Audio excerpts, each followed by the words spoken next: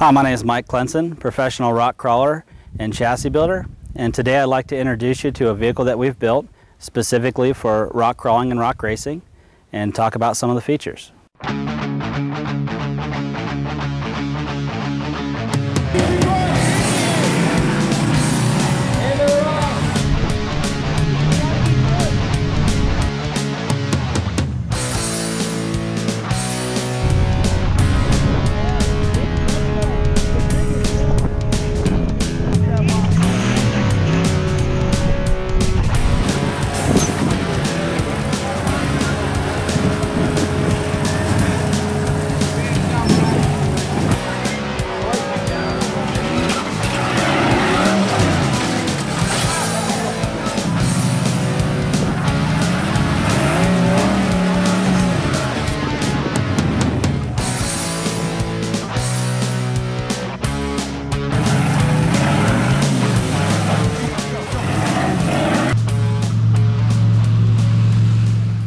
The first thing that I'd like to point out to you is the ride height of this vehicle.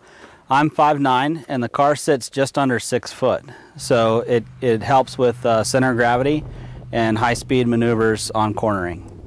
The vehicle is equipped with a LS6 all-aluminum V8 motor.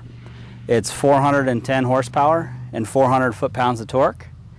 The car itself is 2,900 pounds, which equals for every horsepower, it only has to move 7 pounds of weight.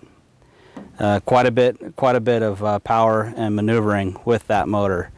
The next thing is the 37-inch tire. The 37-inch tire works really well for us for high-speed maneuvering as well as rock crawling and large obstacles. The next thing that I'd like to point out to you is the underside of the car.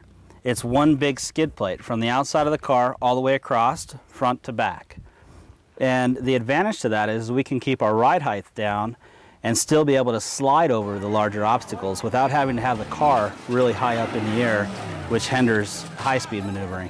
The skid plates are made out of a plastic, it's a polycarbonate, so that when you hit a rock, instead of bundling up and grabbing the rock, it actually conforms to the rock, and even if it gets torn, it's impregnated with a lubricant to slide right past the rock. After a rock hits the skid plate, it slides back onto the control arms. The control arms are aluminum, 7076 aircraft aluminum, and they go straight back to the rear axle as one big skid. The next feature I'd like to show you on the vehicle is the front axle. It's stronger than a stock 1-ton truck, and it only is carrying half the weight, which increases the reliability. On this axle, it's a 9-inch 60 hybrid axle. It's got chromoly 35 spline axle shafts. It's got a locking differential, selectable, which means you can turn on a switch and both wheels will pull the car, or you can flip the switch off for cornering and maneuvering and just have one wheel pull the car.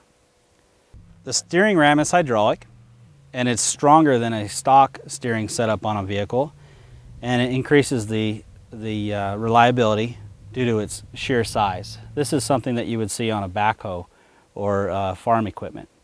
It works really well for these small vehicles. A front dig is when we use front wheel drive only and we lock up one of the rear tires. And what that does is increases our turning radius to maneuver in tight areas. A rear dig is when we power the rear axle and we lock the front axle to maneuver the rear of the car to the left or to the right for better positioning on an obstacle.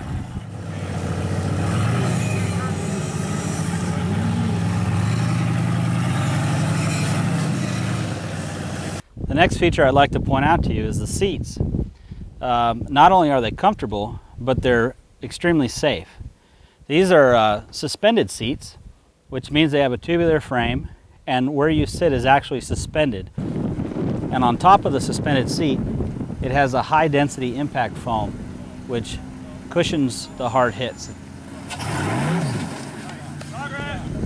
The inside of the car is set up more like a cockpit than it is a factory motor car, and the reason for that is so that the driver can easily access everything that he needs to operate the vehicle safely.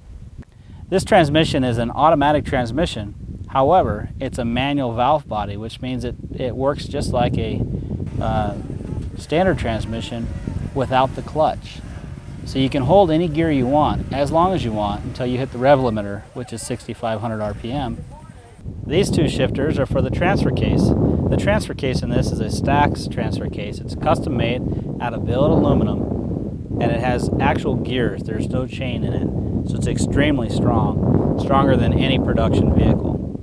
The shifter to the left operates the front axle, and the shifter to the right operates the rear axle. So you can have front wheel drive, rear wheel drive, or both. And when you're doing certain maneuvers, it's good to have that option. Here you can see the clear plastic side panels. And the reason we use clear down near the foot area is so that we can see out at 45 degrees off the car.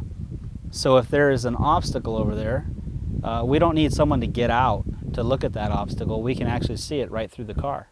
And this is the same on both sides. This is an RTI ramp, and we use this to demonstrate the capabilities of the vehicle in going over large obstacles.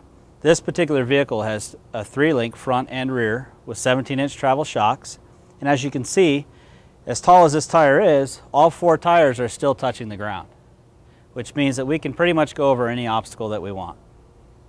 You've seen some of the capabilities of this specific vehicle, and I wanted to let you know that we can build a vehicle for your specific needs, including a 4-seat chassis and a 6-seat chassis.